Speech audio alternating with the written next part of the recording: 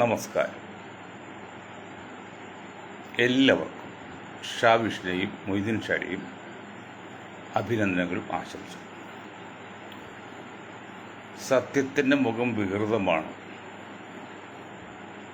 ഇത് ഒരു കൂട്ടായ്മയുടെ അഗാധമായ ആഴത്തിലുള്ള പഠനത്തിൻ്റെ റിപ്പോർട്ട് എൻ്റെ വായിൽ കൂടി വരുന്നു എന്നുള്ള ഞാനല്ല ഇതിൻ്റെ ഉപജ്ഞാതാവ്. ആദ്യം പറയുന്നത് നല്ലതാണ്, കുറച്ച് കഴിയുമ്പോഴുള്ള വിഷയം. അതുകൊണ്ട് ആർക്കെങ്കിലും ബുദ്ധിമുട്ടോ സംശയം തോന്നിയാൽ അത് നാച്ചുറലാണെന്നും കരുതിക്കൂട്ടിയല്ലെന്നും മനസ്സിലാക്കണം. ബഹുമാന്യരെ, ആദ്യമായിട്ട് ഒന്ന് രണ്ട് നുറുങ്ങുകൾക്ക് മുൻപായിട്ട് അമേരിക്കയുടെ ജനുവരി 20 ചാർജേൽക്കുന്ന നിയുക്ത പ്രസിഡൻ്റ് ഒരു പ്രസ്താവന വന്നു. ബന്ദികളെ വിട്ടയച്ചില്ലെങ്കിൽ ഹമാസിനെ തകർക്കുമെന്ന്. അപ്പോൾ ഇയാളുടെയൊക്കെ മനസ്സിലിരിപ്പം എന്താണെന്നറിയോ? ഇത്ര ദുഷ്ടത്തര നോക്കി ക്രിസംഖ്യകളും സംഖ്യകളും ഒക്കെ ഒന്ന് മനസ്സിലാക്കി പറയാണ്. ഹമാസ് വിഷയം ഒരു യാഥാർത്ഥ്യമല്ലേ, അത് പരിഹരിക്കണമെന്ന് പറയല്ല വന്നത്. ബന്ദികളെ വിട്ടില്ലെങ്കിൽ ട്രംപ് പറയുന്നത് ഞാൻ ഭസ്മാക്കി കളയുന്നു ഹമാസിനെ. ഈടോ ട്രംപ്, ഹമാസ് ആരാണ്?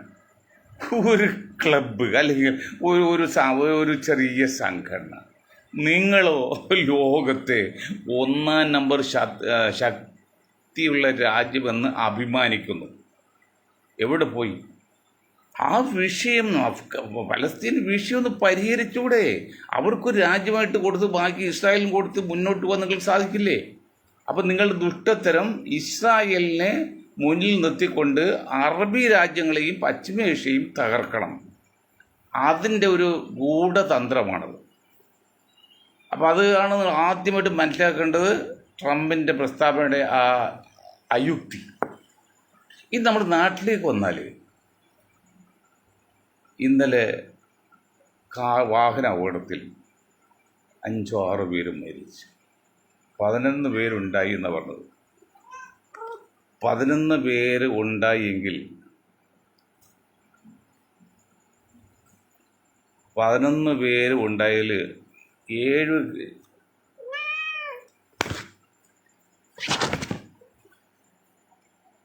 7 പേർക്ക് കയറാവുന്ന വാഹനത്തിൽ 11 പേര് കയറ്റി സിനിമ കാണാൻ പോയി. അപ്പോൾ വഴി ക്ലിയർ ആയില്ല, മഴ കൂടിയെന്നൊക്കെയാണ്. ഒരു കാര്യം മനസ്സിലാക്കുക, ഈ വാഹനം ഓടിക്കുമ്പോൾ അല്ലെങ്കിൽ പരിശീലനം കൊടുക്കുമ്പോൾ ഒരു വളവ് ഉണ്ട് എങ്കിൽ അവിടെ നമ്മൾ ഒരാളെ പ്രതീക്ഷിക്കണമെന്നും. ചിലപ്പോൾ ആളില്ലായിരിക്കാം. അതല്ലെങ്കിൽ ഒരു കുഴി കണ്ട് നമുക്ക് ലൈൻ ക്ലിയർ ആയില്ലെങ്കിൽ ആ വണ്ടി നിർത്തൽ സ്ലോ ആക്കുക എന്ന് പറഞ്ഞു കൊടുക്കുന്ന ഒരു രീതി പണ്ട് ആൾക്കാർക്കുണ്ടായിരുന്നു. പക്ഷെ ഇന്നിപ്പോൾ അതൊന്നുമില്ല. പൈസ വാങ്ങിക്കുക, വണ്ടി കൊടുത്തുവിടുക, അല്ലെങ്കിൽ ബൈക്ക് കൊടുക്കുക, ആ ഒരു ക്ലാസ് ഒന്നും ഇപ്പോൾ ഇല്ല. ഒന്നുകൂടി ശ്രദ്ധിക്കണം. മരിച്ചോടല്ല പറയുന്നത്, ഇരിയുള്ളവരോടെ പറയുന്നത്. നമുക്ക് വണ്ടി ഓടിച്ച് പോകുമ്പോൾ ഒരു വളവുണ്ടെങ്കിൽ നിശ്ചയമായിട്ടും അവിടെ ആൾ കൊണ്ടെന്ന് പ്രതീക്ഷ. ഞങ്ങൾ കാശ അങ്ങനെ പഠിപ്പിച്ചത്. അതുപോലെ മഴക്കാലമാണ്, കുണ്ടും കുഴിയാണ്. അപ്പം നമ്മൾ ക്ലിയർ അല്ലെങ്കിൽ ഒരു നിമിഷമല്ല വരുന്നത്, കണ്ടല്ലേ പോകുന്ന റോഡ്. ക്ലിയർ അല്ലെങ്കിൽ നമ്മൾ നിർത്തി പോകണം. അങ്ങനെ ശ്രദ്ധിക്കണം എന്ന് പറയാണ്. മറ്റൊന്ന് മുസ്ലിങ്ങളോട് പറയാണ്. എന്ന് മുസ്ലിം സമുദായത്തിൽ പള്ളി ഭരണത്തിന് വേണ്ടി വോട്ടെടുപ്പിൽ കൂടി അധികാരത്തിൽ കയറാൻ ശ്രമിച്ചോ അന്ന് മുതൽ ഈ സമുദായത്തിൻ്റെ അധംപതനത്തിൻ്റെ ആരംഭമായി. കാരണം ബുദ്ധിയുള്ളവരും ദീനീ ബോധമുള്ളവരും ഒരു കാരണവശാലും പള്ളി ഭരണത്തിൽ ഏൽക്കില്ല. പള്ളി ഭരണത്തിന് എന്തെങ്കിലും തടസ്സമുണ്ടെങ്കിൽ നമ്മുടെ കഴിവ് ഉപയോഗിച്ച് തൽക്കാലമായിട്ട് ഏൽക്കുക, അത് കഴിഞ്ഞ് അത് വിട്ടുകൊടുക്കുക. ഞാൻ എൻ്റെ അനുഭവം കൊണ്ട് പറയാം. ഒരു പള്ളി ഞാൻ സ്വന്തമായിട്ടും 3 പള്ളികളിൽ ഭാഗികമായിട്ടും എൻ്റെ പ്രസിഡൻ്റായിട്ടൊന്നും പണിതിട്ടില്ല. ആ ഓരോ പള്ളി പണിത് കഴിയുമ്പോഴും പള്ളി പൂർത്തിയാക്കി കഴിഞ്ഞാൽ പിന്നെ ഞാൻ പൊതുയോഗത്തിൽ പോലും പോകാറില്ല. നിങ്ങൾക്ക് എന്നും അങ്ങനെ മാതൃകയായിക്കൂടെ? കാരണം അള്ളാഹുവിനെ ഭയക്കുന്ന ഒരു പള്ളി പണിത് കഴിയുന്ന ഇടപെടരുത്. അതൊരു തീയാണ്. അതുകൊണ്ട് നിങ്ങൾ അങ്ങനെ തുടങ്ങിയ കാലം മുതൽ ഈ എന്താ വെച്ചാൽ സംഗതി ഉള്ള അപകടത്തിലാണ്.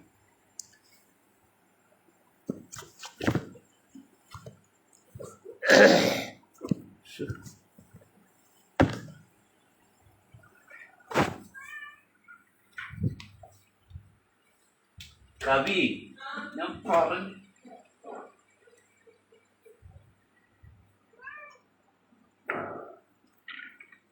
ഇത് കൊണ്ടുക്കളെന്നല്ലേ അവിടെ കൂടി വാലെടുക്ക്.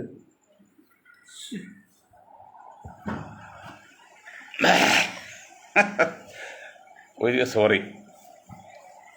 അപ്പോൾ അത് അങ്ങനെ കഴിഞ്ഞ് അത് കഴിഞ്ഞിപ്പോൾ കണ്ണൂരിലെ കളവ് കേസ് 1,11,21,00,000 രൂപയും 300 പവനും അവിടെ അത്രമാത്രം സൂക്ഷിച്ചെന്നൊക്കെ പറഞ്ഞ് ചാനൽ പറയുമ്പോൾ അത് അദ്ദേഹത്തെ കുറ്റപ്പെടുത്തുന്നത് അദ്ദേഹത്തിൻ്റെ സ്വത്തല്ല എന്നൊക്കെ പറയുന്നുണ്ട്. എടോ, ഖുർആനും ഹദീസും വിശ്വസിക്കുന്ന മുസ്ലിം സമുദായമേ, നിങ്ങളോട് അള്ളാഹുവും പ്രവാചകനും പറഞ്ഞൊരു വാക്കുണ്ട്.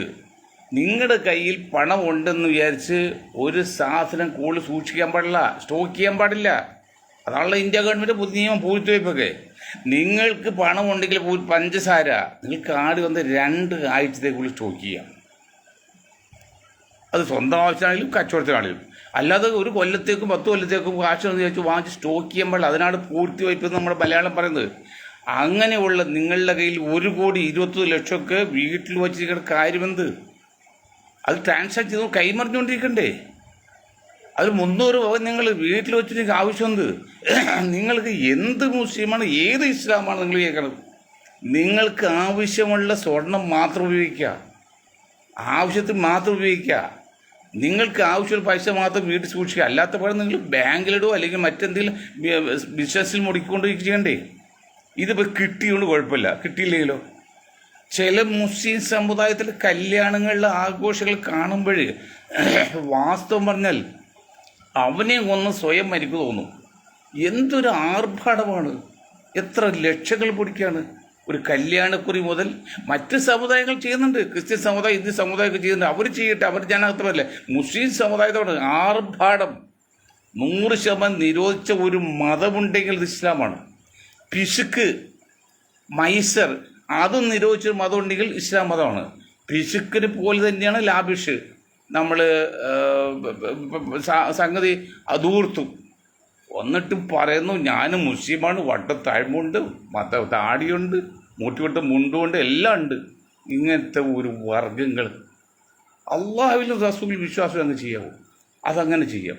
ഇനി നമ്മൾ പറയുന്നത് രാഷ്ട്രീയമാണ്. ഇപ്പോൾ കേരളത്തിൽ UDF ഭരണം കിട്ടാനൊരു സാധ്യത ഉണ്ട് എന്ന് അകലത്തിൽ കാണുന്നു, ഉറപ്പൊന്നായിട്ടില്ല. അങ്ങനെ ഉണ്ടെങ്കിൽ 1-2 കാര്യങ്ങൾ UDF നേതാക്കൾ ശ്രദ്ധിക്കണം. ഒന്ന്, എന്തൊക്കെ പറഞ്ഞാലും 10-18-16% ക്രിസ്ത്യൻ സമുദായത്തിൽ, ഒരു 6% കണ്ണൂർ ക്രിസ്ത്യൻ, എങ്കിൽ പോലും 10-15% വരുന്ന ക്രിസ്ത്യൻ സമുദായത്തിൽ ബ്ലോക്കായിട്ട് കോൺഗ്രസ് വോട്ട് ചെയ്യുന്നവരാണ്. വളരെ കുറച്ച് മാത്രമാണ് മറ്റ് പാർട്ടികൾ ചെയ്യുന്നുള്ളൂ. അങ്ങനെ ആ കോൺഗ്രസ് വോട്ട് ചെയ്യുന്ന ക്രിസ്ത്യൻ സമുദായം ഇന്ന് കേരളത്തിൽ അതിൽ ചിന്തിക്കുന്നവർ വളരെ ഖിന്നരാണ്. എന്തൊക്കെ ആയിരുന്നു? മാണി സാർ പോയി, ഉമ്മൻചാണ്ടി സാർ പോയി, ആന്റണി സാർ ഔട്ടായി, KV തോമസ് മാഷ് പുറത്ത് പോയി, PC ചാക്ക അങ്ങോട്ട് പോയി. ഇനിയുള്ള ബെന്നി ബെഹനാനും അങ്ങനെയുള്ള ചെറിയ ഒരു മീഡിയം ലെവലിലുള്ള ആൾക്കാരാണ്. ഇപ്പോൾ ഒരു കാര്യം നിങ്ങൾ മനസ്സിലാക്കണം, കുഞ്ഞാക്ക ദേശീയ ജനറൽ സെക്രട്ടറി സ്ഥാനം രാജിവെച്ച് സംസ്ഥാന ജനറൽ സെക്രട്ടറി പോസ്റ്റ് എടുക്കാൻ പോകണം. ഇതിനേക്കാത്ത അദ്ദേഹം കേരളത്തിൽ അങ്ങോട്ട് ആഴത്തിൽ ഇറങ്ങാൻ പൂണ്ടു പോകുന്നുള്ള. അതുകൊണ്ട് തന്നെ ചിലപ്പോൾ വീണ്ടും പോകാം, കഴിഞ്ഞ പ്രാവശ്യം പോയതുപോലെ. എന്തുമായിട്ട് അദ്ദേഹത്തിൻ്റെ രാഷ്ട്രീയ വരുമ്പോൾ അങ്ങനെ വച്ച് നോക്കുമ്പോൾ സീനിയറായ ഒരു ക്രിസ്ത്യൻ ലീഡറെ വേണം UDF തലപ്പത്ത് വയ്ക്കാൻ. അത് ജാതി മതം മാത്രമല്ല, അത് ചില പ്രോട്ടോക്കോൾ കേരളത്തിലുണ്ട്. അങ്ങനെ നോക്കുമ്പോൾ ഞാനൊരു അഭിപ്രായം പറയും, നിങ്ങൾക്ക് ഇഷ്ടപ്പെടുന്നില്ല. ഞാൻ പറഞ്ഞ ആൾ അത്ര 100% ശരിയൊന്നുമില്ല. അദ്ദേഹം ഭരണകാലത്ത് BJP ഡെപ്യൂട്ടി സ്പീക്കറായിരുന്നപ്പോൾ BJPക്ക് ചില അനുകൂലമായ തീരുമാനം എടുത്തിട്ടുണ്ട്. മറ്റ് ചില കേസിലൊക്കെ ഭാഗമാക്കിയത് പറയുന്നുണ്ട്. എന്തുവാകട്ടെ, അതൊക്കെ മാറിയേക്കാണ്. PJ കുര്യനെയാണ് ഉദ്ദേശിക്കുന്നത്. PJ കുര്യൻ അദ്ദേഹം ഏതാണ്ട് സഭകളെല്ലാം അറിയുന്നതും ഇഷ്ടപ്പെടുന്നതും ക്രിസ്ത്യൻ സമുദായം ഒരു പരിധിവരെ ഉമ്മൻചാണ്ടിക്ക് ശേഷം ഉള്ള ഒരാൾ.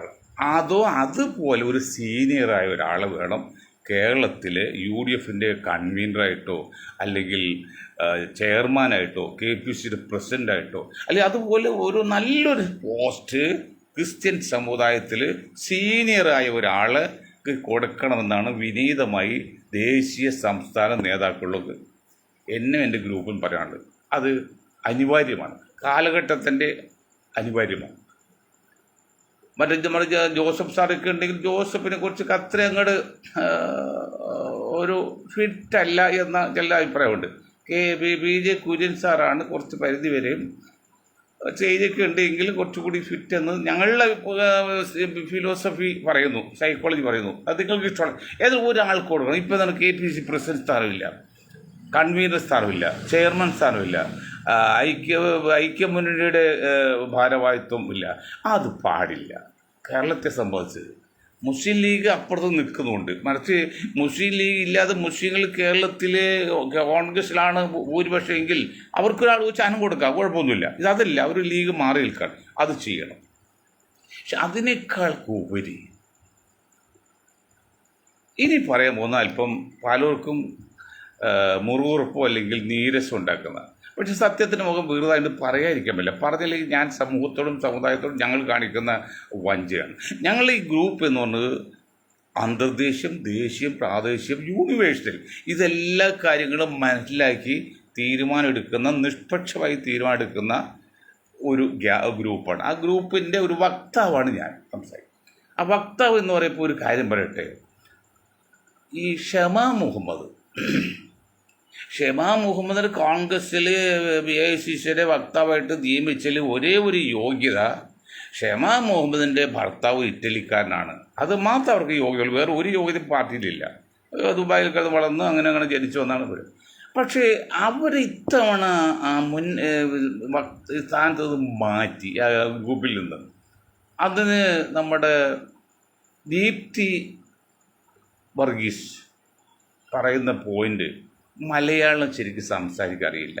അത് തന്നെയല്ല, അവർ AICCയുടെ വക്താവാണ്, അതുകൊണ്ട് പ്രാദേശികമായിട്ട് ഇടപെടേണ്ടതാണ്.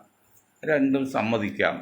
പക്ഷേ മിസ് ദീപ്തി വർഗീസ്, മേരി ദീപ്തി വർഗീസ്, നിങ്ങൾക്ക് ഇന്ത്യൻ രാഷ്ട്രീയം അറിയാവോ? കേരള രാഷ്ട്രീയം അറിയാവോ? ഇവിടെ ടോം വടക്കുന്ന ആളുണ്ടായതല്ലോ. ഇതൊക്കെ ചോദിക്കാൻ ആരില്ലെന്ന് ഇവിടെ. ടോം വടക്കുണ്ടായിരുന്നല്ലോ, അദ്ദേഹം AICCയുടെ വക്താവല്ലായിരുന്നോ? അത് കേരളത്തിലും എല്ലാം ചാനലിൽ പങ്കെടുക്കുകയും ചെയ്യും. അദ്ദേഹത്തിന് മലയാളം ശരിക്കും സംസാരിക്കാൻ അറിയില്ല. അപ്പം മലയാളം ശരിക്കും സംസാരിക്കാൻ അറിയില്ല ഒരു ന്യൂനതയാണോ? പിന്നെ ദേശീയ വക്താവ് ന്യൂനത? ഇതൊന്നുമല്ല. ഷമാ മുഹമ്മദ് വന്നപ്പോൾ അതിൽ ന്യൂനത കണ്ടെത്തും. അത് ദുഷ്ടലാക്കാണ്. ഞങ്ങൾ അങ്ങനെയുള്ള ദുഷ്ടലാക്കിനാണ് ഞങ്ങൾ അടിവരയിടുന്നത്. അതൊന്നും വേണ്ട. ഇനി മറ്റൊരു പ്രധാന പോയിന്റ്, കോൺഗ്രസ്സുകാരും ഇന്ത്യ മുന്നണി ആൾക്കാരും മനസ്സിലാക്കേണ്ട കാര്യമാണ്. അതിനുമ്പായിട്ട് ഒരു കാര്യം പറയാം. ഞാൻ പറഞ്ഞില്ല, ഈ കഴിഞ്ഞ പ്രാവശ്യം ഇലക്ഷനെ മോശത്തെക്കുറിച്ചൊക്കെ ഞങ്ങൾ 8-9 വർഷമായിട്ട് പറഞ്ഞുകൊണ്ടിരിക്കുകയാണ്. പക്ഷെ അത് ഗാർഗെ ഇന്നലെ കഴിഞ്ഞ ദിവസം കമ്മിറ്റിയിൽ ഇത് പറഞ്ഞു. പക്ഷെ അതുകൂടാതെ വേറൊരു കാര്യം പറഞ്ഞു, ഈ എല്ലാവരും കാര്യത്തിലും ഇടപെടണം. പ്രത്യേകിച്ച് മുസ്ലിം ന്യൂനപക്ഷ കാര്യത്തിൽ രാഹുൽ ഗാന്ധി വേണ്ടത്ര ശുഷ്കാന്തി കാണിക്കുന്നില്ല എന്നൊരു ആരോപണം ഉണ്ടെന്ന് ഞാൻ പറഞ്ഞു. ഇന്നലെ മിനിയാന്ന് ഒരു ഹിന്ദു സ്ത്രീ, മനുഷ്യ സ്നേഹിക്കും മതേതരവാദി ഒരു ഹിന്ദു സ്ത്രീ രാഹുൽ ഗാന്ധിക്ക് ലെറ്റർ അയച്ചു കൊടുത്തിട്ടുണ്ട്. എന്താണ് ലെറ്റർ അറിയോ? നേരിട്ട് കാണാൻ നിങ്ങൾക്ക് സമയമില്ല, കിട്ടൂല, അതുകൊണ്ടാണ് ലെറ്റർ അയക്കുന്നത്. നിങ്ങൾ മുസ്ലിം സമുദായം എന്തോ മുസ്ലിങ്ങൾക്ക് വേണ്ടി ഇടപെടുന്നില്ല, അത് പോരാ എന്നും കുറച്ചുകൂടിയൊക്കെ ശ്രദ്ധിക്കണമെന്നും ഒരു ഹിന്ദു സ്ത്രീക്കുള്ള ശക്തിയേക്കാൾ കുറവാണ് ഒരു മുസ്ലിം പുരുഷന്റെ ശക്തി എന്നൊക്കെ അവർ പറഞ്ഞിട്ടുണ്ട്. അതൊക്കെ രാഹുൽ ഗാന്ധിക്ക് ലെറ്റർ കൊടുക്കാൻ കാരണം ഒരു പക്ഷേ ആൾക്കാർ പറയുന്നതാണ്, ശരിയാവും നിൽക്കില്ല. ഞങ്ങൾ ഈ സംഭാഷണം ഡൽഹി ലോകം മുഴുവൻ പോകുന്നത് കേട്ട് അത് മനസ്സിലാക്കിക്കൊണ്ടായിരിക്കാം അത് ഞങ്ങൾ പറഞ്ഞ അതേ പോയിന്റ് കാര്യകാരണ സഹിതം അവർ കൊടുത്ത് ആണെങ്കിൽ അല്ലെങ്കിൽ ഞങ്ങളത് അഭിമാനിക്കണം. ഇനിയാണ് പ്രധാന പോയിന്റ് പറയാൻ പോകുന്നത്. കേട്ടോളൂ. ഇന്ത്യൻ നാഷണൽ കോൺഗ്രസ് പാർലമെൻറ്റിൽ പ്രധാന റോയിലേക്ക് 5 പേർക്ക് അവസരം ചോദിച്ചു. 5 പേരും കൊടുത്തു. 5 പേരിൽ 4 പേര് കേരളത്തിലെ MPമാരാണ്. ആരൊക്കെ അറിയുമോ? ഒന്ന് പ്രിയങ്ക ഗാന്ധി, പക്ഷെ ഫ്രണ്ടിലില്ല, അത് 4ാം നിരയില്ല. ഒന്ന് കൊടിക്കുന്നിൽ സുരേഷ്, ഒന്ന് KC വേണുഗോപാൽ, ഒന്ന് പിന്നെ രാഹുൽ ഗാന്ധി ഫ്രണ്ട് റോയിൽ രാഹുൽ ഗാന്ധി, പിന്നെ ഗാർഗ മറ്റൊരു സ്ഥലമുള്ളൂ, പിന്നെ വേറെ ഒരാളുടെ പേര് പറഞ്ഞ് ഞാൻ പേര് കൃത്യം ഓർക്കില്ല. അങ്ങനെ 5 പേര് വെച്ച് ഞാൻ അതിൽ 4 പേരും കേരളത്തിൽ. ഞാൻ ഒന്ന് ചോദിക്കട്ടെ കോൺഗ്രസ് നേതാക്കളോട്, ഇന്ത്യൻ ജനസംഖ്യയിൽ, കാരണം ഇന്നലേക്ക് നമ്മൾ പറഞ്ഞത് 2.5% മലയാളികൾ. വല്ല സംശയമുണ്ടോ?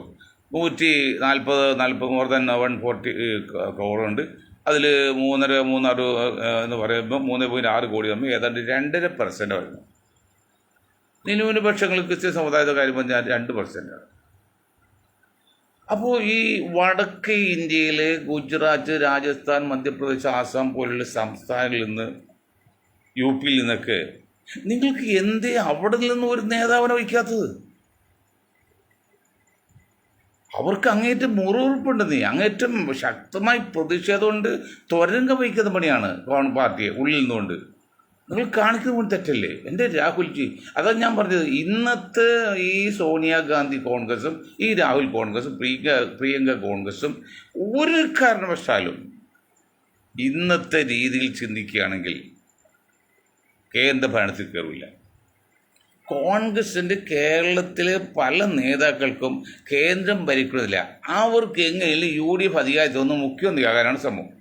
KC വേണുഗോപാൽ സാർ കേന്ദ്രത്തിൽ ഭരണമൊന്നും ഇതൊരു മനഃശാസ്ത്ര കൂട്ടായ്മയാണിത്.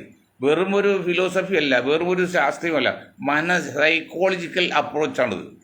KC വേണുഗോപാൽ എടുത്തു പറയാം, KC വേണുഗോപാൽജിയെ സംബന്ധിച്ച് എങ്ങനെയെങ്കിലും കേരളത്തിൽ മുഖ്യമന്ത്രിയാണ്. ശശി തരൂരിനെ സംബന്ധിച്ച് എങ്ങനെയും മുഖ്യമന്ത്രിയാണ്. പിന്നെ രമേശ് ചെന്നിത്തലയും K മുരളീധരനും സുധാകരനും പ്രതിപക്ഷം അത് ഉണ്ടല്ലോ ആഗ്രഹങ്ങൾ. മുഖ്യമന്ത്രി ആകണമെന്ന് തെറ്റാൻ നിങ്ങൾ പറഞ്ഞില്ല. അതിന് നിങ്ങൾ ചെയ്യേണ്ട രീതി പരീക്ഷ എഴുതിയിട്ടേ നിങ്ങൾ എഴുതിയാൽ മാത്രമേ ജയിക്കാൻ പറ്റുള്ളൂ. പരീക്ഷ ചെയ്താൽ കുട്ടി ജയിക്കുമോ? അപ്പം ഞാൻ അന്ന് പറയും, നിങ്ങൾ 6-7 മുഖ്യമന്ത്രി സ്ഥാനാർത്ഥി ഉണ്ടെങ്കിൽ ഒരു കുഴപ്പമില്ല. നിങ്ങൾ 6-7 പേരെങ്കിലും കൂടി ഇരുന്ന് ആലോചിച്ചിട്ട് ഒരാൾ കണ്ടുപിടിക്കുക. ഒട്ടുമില്ലാത്തൊരു ഭേദല്ലേ കുറച്ച്.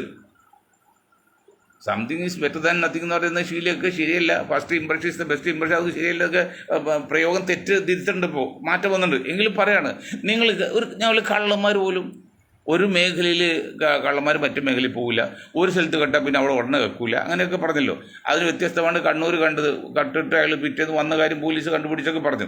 അപ്പോൾ ഏതായാലും നിങ്ങൾ 7 മുഖ്യമന്ത്രി സ്ഥാനാർത്ഥി, അതിലൊന്നും ഒരു മുസ്ലിം ആദ്യം വരുന്നില്ല, പോട്ടെ, വിട്ടുകളഞ്ഞല്ലോ. മുസ്ലിം വരാമെന്ന് പറയാൻ കാരണം കഴിഞ്ഞ മൻമോഹൻ സിംഗിൻ്റെ കാലത്ത് 2 ടേം ഭരിച്ചിലോടെ കേരളത്തിൽ. അത് മുമ്പല്ല കേരളത്തിൽ കോൺഗ്രസ് മന്ത്രി ഉണ്ടായിട്ടുണ്ട്. ഈ അന്തോണി മുതൽ ഇങ്ങോട്ട് വന്ന് സോണിയ കോൺഗ്രസിൻ്റെ കാലത്താണ് ഒരു മുസ്ലിമും കേരളത്തിൽ ഉണ്ടായില്ല കോൺഗ്രസിൽ നിന്ന് മന്ത്രിയായിട്ട്. വന്നത് ആരൊക്കെയാണ്? കേട്ടോ കോൺഗ്രസ് നേതാക്കളെ. എന്നോട് പിന്നെ വഴക്കോ ദേഷ്യം വിചാരിച്ച കാര്യമില്ല. എന്നെ നിങ്ങൾ കൂടി കൊല്ലാൻ കുഴപ്പമില്ല, അതൊന്നും കുഴപ്പമില്ല. ഒന്ന് PC ചാക്കോ ഇപ്പോൾ ഉണ്ടോ കോൺഗ്രസ്സിൽ? ഒന്ന് KV തോമസ് മാഷ് കോൺഗ്രസ്സിലുണ്ടോ? ഒന്ന് ടോം വടക്കൻ മന്ത്രി ആയില്ലെങ്കിൽ വലിയ സ്ഥാനം കൊടുത്ത് ടോം വടക്കൻ പാർട്ടിയിലുണ്ടോ? ശ്രീമാൻ ആൻ്റണി പാർട്ടിയിലില്ല, നിർജ്ജീവമായുള്ള മകൻ BJP പോയില്ലോ. പിന്നെ ആരാ വന്ന് കൂടുതലുള്ളത്? ആകെ കൂടി ഉള്ളത് കുറച്ച് പേര് മാത്രമേ ഉള്ളൂ. ഉമ്മൻചാണ്ടി സാർ കേന്ദ്രത്തിൽ മന്ത്രിയില്ല. അപ്പോൾ ഇതൊന്നും നിങ്ങൾക്ക് പാർട്ടിക്ക് മുതൽ കൂട്ടാക്കാൻ പറ്റിയില്ലല്ലോ. അങ്ങനെ നിന്ന് 10 വർഷത്തിൽ ഒരു മുസ്ലിം കേന്ദ്രമന്ത്രിമാരെ പോലും നിങ്ങൾക്ക് ഭരണമുള്ള സമയത്ത് 10 വർഷം അതിന് മുമ്പ് ഉണ്ടായില്ല, അതിന് ശേഷം ഉണ്ടായില്ല. ആക്കാൻ പറ്റുമോ? നിങ്ങൾ വോട്ടിന് എവിടെ നിന്ന് കിട്ടും? ആരാണ് വോട്ട് ചെയ്യുന്നത്? മുസ്ലിം സമുദായം പോട്ടെ, അവരൊക്കെ നമുക്ക് അടിച്ചൊത്ത് കുപ്പിയിലാക്കി അതിലെ ശ്രമം നടക്കുന്നത്. പക്ഷേ വടക്കേ ഇന്ത്യയിൽ മറ്റു ആൾക്കാരില്ലേ, 10% കൂടുതൽ യാദവർ, പിന്നെ 20% മുസ്ലിങ്ങൾ, പിന്നെ ജൈനന് ബുദ്ധമതമൊക്കെ ചെറിയ ആൾക്കാണ്. അല്ലെങ്കിൽ സ്റ്റേറ്റ് അടിസ്ഥാനം എടുക്കുക. UP എത്ര 20 കോടി ഇപ്പോഴും ജനസംഖ്യ UP, ഗുജറാത്ത്, മഹാരാഷ്ട്ര, ആസാം, ബീഹാർ, ഉത്തരാഖണ്ഡ്, അങ്ങനെ പല പല സംസ്ഥാനങ്ങൾ. അവിടെ നിന്നെല്ലാം നിങ്ങൾ ഓരോ നേതാക്കളെയും കൊണ്ടുവരണ്ടേ, എടുക്കണ്ടേ? ഇതെന്ന് 20% മുസ്ലിങ്ങളുടെ ബ്ലോക്ക്, 30 കോടി മുസ്ലിങ്ങളുടെ വോട്ട് ബ്ലോക്ക് ഇന്ത്യ മുന്നണിക്കാണ് ചെയ്തത്. അതിൻ്റെ പേരിലാണ് ഇപ്പോൾ അവിടെ UP തല്ലിക്കൊല്ലുന്ന മുസ്ലിം. അതിനുവേണ്ടി കോൺഗ്രസിന് വേണ്ടി വോട്ട് ചെയ്യാൻ പറഞ്ഞ് പല നേതാക്കളും തല്ലിക്കൊല്ലുന്നുണ്ട് UP. ഇപ്പോഴും കൊന്നുകൊണ്ടിരിക്കുകയാണ്. അങ്ങനെയെല്ലാം വംശനാശം വന്നിരിക്കുക. ഈ സമുദായം നിങ്ങൾക്ക് വോട്ട് ചെയ്തിട്ട് നിങ്ങൾ ഒപ്പം ഇരുത്താൻ ഒരൊറ്റ ആളെ പറ്റി നിങ്ങൾക്ക് ഞാൻ ഷെമാ മോമിൻ്റെ കാര്യം പറഞ്ഞു. ഷെമാ മോമിൻ്റെ ഭാര്യ ഭർത്താവ് ഇറ്റലിക്കാരാണ്, അല്ലെങ്കിൽ സൽമാൻ ഖുർഷിദ് യു പി അദ്ദേഹത്തിൻ്റെ ഭാര്യ ക്രിസ്ത്യാനിയാണ്. ഇതൊക്കെയാണ് നിങ്ങൾ കാണുന്ന യോഗ്യത. അല്ലെങ്കിൽ പിന്നെ പാലക്കാട് ഷാഫി പറമ്പിൽ അദ്ദേഹം ഒരു നിരീശ്വരവാദിയാണ്. ഞാൻ അങ്ങനെ തന്നെ പറയുള്ളൂ. കാരണം അദ്ദേഹം നിരീശ്വരവാദി അല്ലെന്ന് പറയാൻ പറ്റില്ല. കാരണം അറിയോ, അദ്ദേഹം സത്യപ്രതിജ്ഞ ചെയ്തിരിക്കുന്ന ദൃഢപ്രതിജ്ഞയാണ്. അപ്പോൾ ഷാഫി പറമ്പിൽ പേര് മാത്രമേ ഉള്ളൂ, ഇസ്ലാമും മുസ്ലിമായിട്ട് യാതൊരു ബന്ധവുമില്ലെന്ന് ഞാൻ പറയും. ഷാഫി പറമ്പിൽ ആൾ വന്ന് എന്നെ തല്ലിക്കൊന്നാൽ എനിക്ക് വിരോധമില്ല. കാരണം അറിയോ, അദ്ദേഹം എന്തുകൊണ്ടാണ് സത്യപ്രതിജ്ഞ ചെയ്തപ്പോഴും പിന്നെ ദൃഢപ്രതിജ്ഞ ചെയ്തത്? ദൃഢപ്രതിജ്ഞ ചെയ്യുന്ന ആരാണ്? നിരീശ്വരവാദികൾ, യുക്തിവാദികൾ പോലുമല്ല. അങ്ങനെയുള്ള മുസ്ലിങ്ങൾ നിങ്ങൾ കൊണ്ടുവരുള്ളൂ. എന്നിട്ട് വോട്ട് ചെയ്യുന്നു പറയുന്നുണ്ട്. അതൊക്കെ പോട്ടെ, മുസ്ലിങ്ങളാരും വിട്ടുകളയാ പോട്ടെ. ബാക്കിയുണ്ടല്ലോ ഇവിടെ. നിങ്ങൾ ഈ പ്രധാന 4 പേര് ഇരുത്തതിൽ ആരാണ്? രാഹുൽ ഗാന്ധി അങ്ങോട്ട് ഉണ്ടെങ്കിലും ജയിച്ചു പോയത് ഇവിടുന്നാണ്, കേരളത്തിൽ തന്നെയാണ് അത് ജയിച്ചത്. പിന്നെ നമ്മുടെ കെ.സി. വേണുഗോപാൽ കേരളത്തിലാണ്, മലയാളിയാണ്. പിന്നെ മറ്റേ കൊടിക്കുന്നിൽ സുരേഷ്. അപ്പോൾ കൊടിക്കുന്നിൽ സുരേഷ് സഭയുടെ ആളാണ്. ശ്രീമൻ A.K. ആന്റണി സഭയുടെ ആളാണ്. പിന്നെ രമ്യ ഹരിദാസും സഭയുടെ ആളാണ്. ഡൽഹിയിൽ നിന്ന് ഇറക്കിക്കൊണ്ടതാണ്. ഇപ്പോൾ രമ്യ ഹരിദാസ് ഇപ്പം ഞാൻ ഈ രാഷ്ട്രത്തിൽ ഇല്ലെന്ന്. എൻ്റെ പൊന്ന് രമ്യ മോളെ, രാഷ്ട്രീയത്തിൽ വരണമെങ്കിൽ ഒരു മിനിമം യോഗ്യത വേണ്ട. മിനിമം യോഗ്യത ഉണ്ടെങ്കിൽ സംഘപരിവാറിന് രഹസ്യമായിട്ടും പരസ്യമായിട്ടും സപ്പോർട്ട് ചെയ്യുന്ന, മുസ്ലിം സമുദായത്തെ അറിഞ്ഞോ അറിയാതെയും എതിർക്കുന്ന ഇദ്ദേഹത്തിൻ്റെ പോയി നിങ്ങൾ സപ്പോർട്ട് ചെയ്യുമോ? അതല്ലേ നിങ്ങൾ തോൽക്കാൻ കാരണം. മെയിൻ കാരണം അതല്ലേ. മറ്റു പല കാരണങ്ങളുണ്ട്. അല്ലെങ്കിൽ ഇത്തവണ ചേലക്കരയിൽ നിന്ന് ഒരു കാരണവശാലും CPM ഒരാൾ ജയിക്കില്ല. അന്ന് ഞങ്ങൾ ആദ്യമേ പറഞ്ഞ് രമ്യല്ല അവിടെ തോറ്റെങ്കിൽ അത് സ്ഥാനാർത്ഥിയുടെ കുറ്റം തന്നെയാണ് ഞങ്ങൾ ആദ്യം ഇലക്ഷൻ മുമ്പേ പറഞ്ഞ്. അത് സംഭവിച്ചില്ലേ? കാരണം നിങ്ങൾ ഇത് സംഭവത്തിൽ ഡിസ്ലൈക്ക് 10,000 ഡിസ്ലൈക്ക് ചെയ്ത്, ഒരു ഡിസ്ലൈക്കിന് 10 ആൾ കൂട്ട് 10,000 × 10 = 1 lakh, 1 ലക്ഷം വോട്ട് പോയില്ലേ? അല്ല, ഇത്രയും താഴെ പോയിട്ടും നിങ്ങൾക്ക് ജയിക്കാൻ പറ്റാതെ പോയത്, LDF ഇത്ര താഴെ പോയിട്ടും. അപ്പോൾ ഇതെങ്കിലും മനസ്സിലാക്കുക, നിങ്ങൾ നിൽക്കുന്ന രാഷ്ട്രീയത്തിൽ അത് നിങ്ങൾ ഉറച്ചു നിൽക്കുക. നിങ്ങൾ കോൺഗ്രസിൻ്റെ കൂടെ നിന്ന് സംഘപരിവാറിനെ എതിർത്തിട്ട് നിങ്ങൾ അവിടെ പോയി അപ്പോൾ സപ്പോർട്ട് ചെയ്താൽ അപ്പോൾ പറയുന്നതാണ്. പിന്നെ എന്താണ് പറയുന്നത്? പിണറായി വിജയനുള്ള എതിർപ്പാണ്. പിണറായി വിജയനുള്ള എതിർപ്പാണെങ്കിൽ എതിർപ്പായിക്കോട്ടെ. ഇവിടുത്തെ നിങ്ങൾ പ്രതിപക്ഷമാണ്, അവിടെ ഭരണപക്ഷം, എതിർക്കാം. അതിന് ഒരു സംഘപരിവാർ ചാനലുകാർക്ക് സപ്പോർട്ട് ചെയ്യല്ല വേണ്ടത്. ഇപ്പോൾ ഏതായാലും പാഠം പഠിച്ചല്ലോ, ഇപ്പോൾ ഇല്ലെന്നുണ്ട്. അപ്പോൾ ഇങ്ങനെ വരുന്ന കാലത്ത് കോൺഗ്രസ് നേതാക്കൾ പാഠം പഠിക്കുന്നില്ല. പാഠം പഠിക്കുക എങ്ങനെയാണോ? ഇലക്ഷൻ വോട്ടേഴ്സ് ലിസ്റ്റിൽ കുഴപ്പമുണ്ടെന്ന് ഏറ്റവും നാളായിട്ട് പറയുന്നതാണ് ഇന്ത്യയിൽ. എന്നിട്ട് ഇപ്പോൾ ചിദംബരത്ത് പോലും പറഞ്ഞില്ല, രാഹുൽ പോലും വ്യക്തമായിട്ട് പറയുന്നില്ല. ഗാർഗ് മാത്രം നിൽക്കക്കൾ ഇല്ലാതെ പറഞ്ഞിട്ടുണ്ട്. അതിനർത്ഥം ഗാർഗ് പാർട്ടി പുറത്ത് പറയാറുണ്ടെന്നുള്ളതാണ്. പാർട്ടി ഇതല്ല, സ്ഥാനത്ത് മാറാറായിരുന്നുള്ള. അതല്ല കോൺഗ്രസ്. നിങ്ങൾ ശ്രദ്ധിക്കേണ്ടത് അടിയൊഴുക്ക് മനസ്സിലാക്കണം. അതിൻ്റെ എല്ലാ ഇതും ഞാൻ പറഞ്ഞല്ലോ. ഖാൻഷാവിനെ കുറിച്ച് കഴിഞ്ഞ 10 വർഷം മുമ്പ് നടന്ന ഒരു ജില്ലാ കൗൺസിൽ ഇലക്ഷൻ, അത് പ്രചാരത്തിൽ വന്നില്ല, അത് ഇപ്പോൾ ക്യാൻസൽ ചെയ്ത്. അതിൽ പത്തനംതിട്ട, ഇടുക്കി, തിരുവനന്തപുരം 3 ജില്ലയിൽ നിന്ന് മുസ്ലിം സമുദായത്തിൽ ഒറ്റ ആളുകളും ഇല്ലെന്ന് ഖാൻഷാം എന്നോട് പറയുമ്പോൾ ഞാൻ കൊച്ചായിപ്പോയി. അതുവരെ അദ്ദേഹം ശ്രദ്ധിച്ചു. അതാണ് രാഷ്ട്രീയക്കാരൻ. അല്ല, വരുന്ന കാര്യം പറയാൻ പറ്റില്ല, കഴിഞ്ഞ കാര്യം പകരെടുക്കും. അതാ രാഷ്ട്രീയക്കാരൻ. അത് വെച്ച് നോക്കുമ്പോൾ രാഹുൽ ഗാന്ധി, നിങ്ങൾ പണ്ട് പറഞ്ഞെത്തേണ്ടതല്ലേ അവിടെ സംഭാരിൽ? എന്താണ് ഇവിടെ സംഭവിക്കുന്നത്? ലീഗിൻ്റെ എല്ലാ ആൾക്കാർ പോയിട്ട് അവർ കടത്തി വിട്ടില്ല. നിങ്ങൾ പ്രതിപക്ഷ നേതാവല്ലേ? പ്രധാനമന്ത്രിക്ക് തുല്യമാണല്ലോ. പ്രൈം മിനിസ്റ്റർ ഈക്വൽ പ്രതിപക്ഷ നേതാവ്, ഓപ്പോസിറ്റ് ലീഡർ. അത് നിങ്ങളത് നിങ്ങൾ പോയോ? അത് നല്ല പ്രിയങ്ക ഒരു പരാതി, ഒരു ന്യൂസ് വാർത്ത പ്രസ്താവന കൊടുത്ത് അത് സുപ്രീം കോടതി ഇടപെടുന്നത്. കോടതിയൊക്കെ ഇടപെട്ട് വരുമ്പോഴേക്ക് നാളുകൾ എത്തിപ്പിടിക്കും. ഇങ്ങനെ നല്ല പ്രവർത്തിക്കേണ്ടത്. നിങ്ങൾ പ്രവർത്തിക്കേണ്ടത്, ഇന്ത്യൻ നാഷണൽ കോൺഗ്രസ് പ്രവർത്തിക്കേണ്ടത് ഇങ്ങനെയല്ല. ആണെങ്കിൽ ഇപ്പോൾ നോക്ക്, ഇന്ന് നോക്ക്, 2081 ഇന്ത്യയിൽ എത്ര സ്റ്റേറ്റിലുണ്ടായത് കോൺഗ്രസ്? 2024 എത്ര ഉണ്ട്? ഇപ്പോൾ ആരാണ് ഉത്തരവാദി? നിങ്ങൾ അൺഫിറ്റാണ് സാർ, നിങ്ങൾ അൺഫിറ്റാണ്. കേരളത്തിലെ കോൺഗ്രസ്സിനെ പോലും ഇനിയൊരു ഐക്യം വേണ്ടി ഭരണം ഉണ്ടാക്കാൻ പറ്റുമെന്ന് തോന്നുന്നില്ല. പ്രശ്നമാണ് കാണുന്നത്. കാരണം ആത്മാർത്ഥയില്ല ആർക്കും. സ്വന്തം കാര്യം മാത്രം. ഞാൻ പറഞ്ഞല്ലോ, മുസ്ലിം സമുദായം എന്ന് ഇലക്ഷനിൽ കൂടി പള്ളി ഭരണം ഏറ്റെടുത്തോ അന്ന് തീർന്ന് അവരുടെ വിശ്വാസവും ആത്മാർത്ഥയും ഇത്. അതുപോലെ ഇന്ത്യൻ നാഷണൽ കോൺഗ്രസ് കേരള നേതാക്കൾ പോലും സ്വന്തം കാര്യമാണ് വലുത് ചിന്തിക്കുമ്പോൾ അന്ന് തീർന്ന്. ഇപ്പോഴും ഈ കേസ് വേണുഗോപാൽക്കൊന്നും കേന്ദ്രത്തിൽ ഭരണം ഉണ്ടാക്കാനല്ല നോക്കുന്നത്. കേരളത്തിൽ ഭരണം അത് എനിക്ക് മുഖ്യമന്ത്രി ആവണം, അതുള്ള എല്ലാ കരുക്കളും തീർക്കാണ്, അതുള്ള എല്ലാ തന്ത്രവും ഉപയോഗിക്കുകയാണ്. ഇത് ആൾക്കാർക്ക് മനസ്സിലാകുന്നില്ല, വോട്ടർമാർക്ക് മനസ്സിലാകുന്നില്ല. അതേസമയത്ത് CPM സംബന്ധിച്ച്, കമ്മ്യൂണിസ്റ്റ് പാർട്ടിയെ സംബന്ധിച്ച് പറയാതിരിക്കാൻ പറ്റില്ല. അത് അതിനേക്കാൾ അപ്പുറത്താണ്. കാരണം എന്താ അറിയോ, ആ തിരുവനന്തപുരത്ത് ഞങ്ങൾ പറഞ്ഞു 4 പ്രാവശ്യം ജയിച്ചൊരു മുസ്ലിം സ്ത്രീ ഉണ്ടായി. അവർ തലയിൽ തുണിയിടുന്നുണ്ട്, അവർ പറ്റില്ല. എന്നിട്ട് ഒറ്റ പ്രാവശ്യം ജയിച്ച കൊച്ചു പെണ്ണിനെ കൊണ്ട് ട്രിവാൻഡ്രത്തോട്ട് ഈ മേയറാക്കി വെച്ച്, ഞാൻ കഴിഞ്ഞ ട്രിവാൻഡ്രം പൈപ്പിടാൻ വേണ്ടി പൊട്ടിച്ചിട്ടൊക്കെയാണ് ഹോസ്പിറ്റൽ റോഡിൽ ഞാൻ ഫോട്ടോ എടുത്താണ്. അപ്പോൾ എന്നോട് ഒരാൾ പറയും, വേണ്ട, LDF ഇരിക്കുന്ന കാലമല്ലേ, LDF മേയറാണല്ലോ ചോദിച്ചിട്ട് ഞാൻ തൽക്കാലം പെൻഡിങ്ങിൽ വെച്ചെന്നറിയോ. നമ്മളായിട്ട് ഒരു നാശനമില്ല, ആ ഒരു പ്രവർത്തനം ആത്മാർത്ഥതയില്ല. എന്നിട്ട് അവാർഡ് വാങ്ങിച്ച് ബാംഗ്ലൂരിൽ നിന്ന് ലോക അവാർഡൊക്കെ വാങ്ങിച്ചൊക്കെയാണ്. അത് പാർക്ക പൈസ കൊടുത്താൽ കിട്ടാത്ത അവാർഡ്. ഇപ്പോൾ PhD ഡോക്ടറേറ്റ് ഡിഗ്രി അല്ലേ, 1 ലക്ഷം കൊടുത്ത് ഡോക്ടറേറ്റ് കിട്ടി. അത് എത്ര പേരുണ്ട്, ഇന്ത്യയിലുണ്ട്, കേരളത്തിലുണ്ട്, ഇന്ത്യക്ക് വെളിയിലുമുണ്ട്. അതെല്ലാം അവാർഡൊക്കെ വാങ്ങിക്കുന്ന പ്രശ്നമല്ല. പത്മഭൂഷൺ മറ്റു സാധനം കിട്ടൊക്കെ എല്ലാ യോഗ്യത അടിസ്ഥാനത്തിലാണോ? അല്ല, പാർഷ്യാലിറ്റിയാണ്. അവന് ഇഷ്ടപ്പെട്ട് കൊടുക്കും. അതൊന്നും വിശ്വസിക്കാൻ പറ്റില്ല. അപ്പോൾ CPMൻ്റെ കാര്യം, CPMൽ നിന്ന് അണികൾ വിട്ടുപോകുന്നത് ആദർശത്തിൻ്റെ പേരിലല്ല. ആദർശത്തിൻ്റെ പേരിലാണെങ്കിൽ ഇപ്പോൾ ട്രിവാൻഡ്രത്തെ ആൾ വിട്ടുപോയില്ല, അയാൾ BJPയിൽ പോവും. കമ്മ്യൂണിസ്റ്റിൽ നിന്ന് വിട്ടാൽ കോൺഗ്രസ്സിൽ നിന്ന് കമ്മ്യൂണിസ്റ്റിലേക്ക് പോകുന്നത്, അല്ല BJPയിലേക്കല്ല. അപ്പോൾ അവർക്കൊന്നും ആദർശമില്ല. അത് തന്നെയല്ല, ഏതൊരു ലോക പണക്കാരൻ ഗൾഫിൽ നിന്ന് വന്ന് കോടികളുള്ള 6-8 കാറൊക്കെ വീട്ടുമുറ്റത്തുള്ള ഒരാളെ കൊണ്ടുവന്ന് പെട്ടെന്ന് സഖാവ് സ്ഥാനം കൊടുത്ത് 1-2 കൊല്ലം ഇപ്പോൾ ജില്ലാ സെക്രട്ടറി, 2 ടൈമിൽ ജില്ലാ സെക്രട്ടറി, 3-ാം ടൈം കിട്ടിയില്ല. ഇപ്പോൾ അയാൾ മനസ്സിലായി പറ്റില്ല. അയാൾ അതിന് മുമ്പ് തന്നെ BJPയുടെ ഒരു ധാരണ എത്തിയിട്ടുണ്ട്, പാലം വെച്ചിട്ടുണ്ടായിരുന്നു. അപ്പോൾ മാർക്സിസ്റ്റ് പാർട്ടിയുടെ അധംപതനവും അവർ ആദർശമായിട്ടുള്ള വീഴ്ചയും എത്ര കണ്ട് ആഴത്തിലാണ്. എന്ത് സംഭവിച്ചു കമ്മ്യൂണിസ്റ്റ് പാർട്ടി ഓഫ് ഇന്ത്യക്ക്? ചിന്തിക്കുമ്പോഴേ ഒരു ഇത് കാണുന്നില്ല.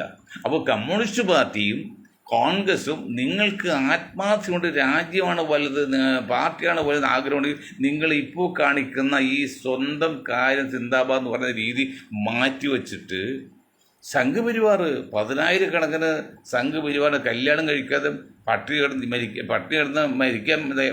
മരിക്കാൻ തയ്യാറാണ് ആ പ്രസ്ഥാനത്തിന് വേണ്ടി. അങ്ങനെ നിന്ന് പ്രവർത്തിക്കുമ്പോൾ തെറ്റും ശരിയുണ്ടാക്കുക ഉണ്ടാവും. നിങ്ങളോ കമ്മ്യൂണിസ്റ്റ് പാർട്ടി പോലും ആത്മാർത്ഥമുണ്ടോ, ആദർശമുണ്ടോ? കേൾക്കുന്ന പോലെ ശരിയാണോ?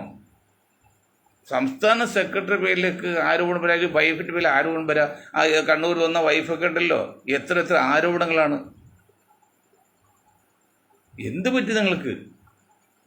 അപ്പോൾ ഒന്നുകൂടി ആത്മാർത്ഥമായിട്ട് നമുക്ക് പറയാണ്, മനഃശാസ്ത്രമായിട്ട് പറയാണ്, സന്തോഷം കൊണ്ട് പറയാണ്, സത്യത്തിന് മുഖം വികൃതമായിട്ട് ഞങ്ങൾ പറയുമ്പോൾ ഇഷ്ടക്കുറവ് തോന്നാം. പക്ഷേ ഈ കമ്മ്യൂണിസ്റ്റ് പാർട്ടിയും ഈ കോൺഗ്രസും ആത്മാർത്ഥമായി ശ്രമിച്ച് മുന്നോട്ട് ഒരുമിച്ച് പോയാൽ മാത്രമേ സംഘപരിവാറിനോ അല്ലെങ്കിൽ BJP ഗവൺമെൻറ് താഴെ ഇറക്കാൻ പറ്റുള്ളൂ. അതിനുള്ള ഒരു സാധ്യതയും അടുത്ത ഭാവിയിലൊന്നും കാണുന്നില്ലെന്നുള്ള. കാരണം ഒരു ചിന്ത വരുന്നില്ല. ചിന്ത വരുമെങ്കിൽ 541 സീറ്റുള്ള ഇന്ത്യൻ പാർലമെൻറ്റിലേക്ക് ഈ ലീഗിൻ്റെ കാലിൻ്റെ അടിയിൽ വന്ന് ജയിച്ച് പാർലമെൻറ്റിലെത്തുമോ? എന്നിട്ട് അത് ഘോരം ആഘോഷിക്കുകയാണ്. കേരള സാരി എടുത്താണ് പ്രിയങ്ക വന്നതെന്നാണ് പറഞ്ഞത്. കേരള സാരി എടുത്ത് പ്രിയങ്ക വന്ന് വയനാട് ജയിച്ച് പാർലമെൻറ്റിൽ പോയിട്ട് എന്ത് കാര്യം? മറ്റ് സ്റ്റേറ്റ് ജയിച്ചെടുക്കണ്ടേ? ഇപ്പം ഞാൻ ഒരു കാര്യം പറഞ്ഞ് നിർത്തിയേക്കാം. ഒന്ന്, രമേശ് ചെന്നിത്തല ഹരിപ്പാട് മത്സരിക്കുമ്പോൾ 12,000 വോട്ട് കൂടുതൽ, മറ്റു ആൾ മത്സരിക്കുകയാണെങ്കിൽ 2,000 വോട്ട്, അവർ 10,000-10,000 വോട്ട് RSSൻ്റെ പുള്ളി കിട്ടും. അത് തെറ്റൊരു വ്യക്തി എന്നുള്ള തെറ്റും പറയില്ല. പക്ഷെ നിങ്ങൾ ഒരു കാര്യം മനസ്സിലാക്കണം, അത് കണക്കാക്കും മറ്റ് രാഷ്ട്രീയക്കാർക്ക് മനസ്സിലാക്കുക. ഇദ്ദേഹം RSS ആയിട്ട് ഉണ്ട്, അത് ഹരിപ്പാട് നിന്നും ജയിച്ച് അസംബ്ലിയിൽ എത്തിയാൽ മതിയെങ്കിൽ ഓക്കെ. അതുപോലല്ലോ 71 സീറ്റ് കിട്ടണ്ടേ, അവിടെ നോക്കണ്ടേ? അതുപോലെ നമ്മുടെ തിരുവഞ്ചൂർ രാധാകൃഷ്ണജി, അദ്ദേഹത്തും അല്പം ചായവുണ്ട്. അദ്ദേഹത്തിൻ്റെ അളിയൻ തന്നെ എറണാകുളം ട്രിവാൻഡ്രത്ത് വലിയൊരു ആ സംഘപരിവാർ നേതാവാണ്, അതിലൊന്നും കുഴപ്പമില്ല. പക്ഷെ അദ്ദേഹത്തിൻ്റെ മണ്ഡലത്തിൽ ന്യൂനപക്ഷം പ്രത്യേക മുസ്ലിങ്ങളൊന്നും വലിയ കാര്യമായിട്ടില്ല. അപ്പോൾ അദ്ദേഹത്തെ ചെയ്യാം. പക്ഷെ ബാക്കി 70 സീറ്റിലും ജയിക്കണ്ടേ, എങ്കിലേ ഭരിക്കാൻ പറ്റുള്ളൂ. അപ്പോൾ എൻ്റെ നില ക്ലിയറാക്കുക, അതാണ് ഉദ്ദേശിക്കുന്നത്. അതുപോരാ, ഭരിക്കണമെങ്കിൽ ഭൂരിപക്ഷ സീറ്റും വേണം. അത് കേരളത്തിലും വേണം, ദേശീയ ലെവലിലും വേണം. ദേശീയ ലെവലിൽ ചിന്തിക്കുമ്പോഴാണ് ഈ രാഹുൽ ഗാന്ധിയുടെയും പ്രിയങ്ക ഗാന്ധിയുടെ ഒക്കെ ആ അയോഗ്യതയും പിന്നെ കഴിവേടും ബുദ്ധിശൂന്യതയും ആ പാർട്ടിക്കും കിട്ടുന്നത്. നിങ്ങൾ ചിന്തിച്ചു നോക്കിയോ, 540 സീറ്റുള്ള ഇന്ത്യൻ പാർലമെന്റിലേക്ക് ഈ ലീഗിൻ്റെ അവിടെ വന്ന് എന്നിട്ട് ഇപ്പോൾ ലീഗ് തെറ്റേ ചെയ്തു. ഇനിയിപ്പോൾ എന്തെല്ലാം സംഭവിക്കും? അതായത് മഹത്തായ ആഘോഷമായിട്ട് അടക്കണം. 6 ലക്ഷം 4 ലക്ഷം വോട്ടൊക്കെ ജയിച്ചു എന്ന് പറഞ്ഞു. അതുപോലെ ഹരിപ്പാടും തിരുവഞ്ചൂരൊക്കെ അങ്ങനെ പല സ്ഥലത്തും ശിവകുമാറൊക്കെ പണ്ട് ഇലക്ഷനില്ല. എന്താ ആരെന്നറിയോ? കോൺഗ്രസ് മനസ്സിലാക്കണം. അസംബ്ലിയിൽ ഞങ്ങൾ ഇത് കോൺഗ്രസ്, കോർപ്പറേഷൻ നിങ്ങൾ ഇത് BJP, അങ്ങനെ അഡ്ജസ്റ്റ്മെൻറ്റിന് ശേഷം പിന്നെ ശിവകുമാർ അസംബ്ലി കണ്ടില്ല. നേമത്ത് ഉമ്മൻചാണ്ടിയെ കൂടി ചെയ്ത തെറ്റിന് നേമത്ത് രാജഗോപാലിന് വേണ്ടി ഓട്ടി മറച്ചു കൊടുത്ത് കോടികൾ വാങ്ങിച്ചപ്പോൾ നേമത്ത് ഇരിക്കാൻ എന്തുണ്ടായില്ല, ഇലക്ഷൻ ഏജന്റ് പോലും ഉണ്ടായില്ല ബൂത്തിലിരിക്കാൻ. ഇന്ത്യയിൽ ആദ്യമായിട്ടാണ് ഒരു കോൺഗ്രസ് പാർട്ടിക്ക് മത്സരിക്കും 10% താഴെ വോട്ട് കിട്ടുന്നത്. മറ്റു ഒരു സംസ്ഥാനത്തും ഒരു കാലത്തും ഒരു 30% താഴെ വന്നിട്ടില്ല. നേമത്ത് മാത്രം കാരണം വോട്ട് വരുവാൻ വിറ്റ് ആൾ പോവില്ല. അതൊന്നും ശരിയല്ല സാർ. അതുകൊണ്ട് ഇരുട്ടുകൊണ്ട് വോട്ടെടുക്കുകയും എളുപ്പത്തിൽ ക്രിയ ചെയ്താലും ഒന്നും ഭരിക്കാൻ പറ്റില്ല. ഭരിക്കണെ കുറിച്ച് പാട് തന്നെ വേണ്ട. ഇത്രയും കാലം പറഞ്ഞുകൊണ്ട് ഞാൻ എൻ്റെ വാക്കിൽ നിർത്താൻ നിങ്ങൾക്ക് ഒരായി നന്ദി. ജയ് ഹിന്ദ്.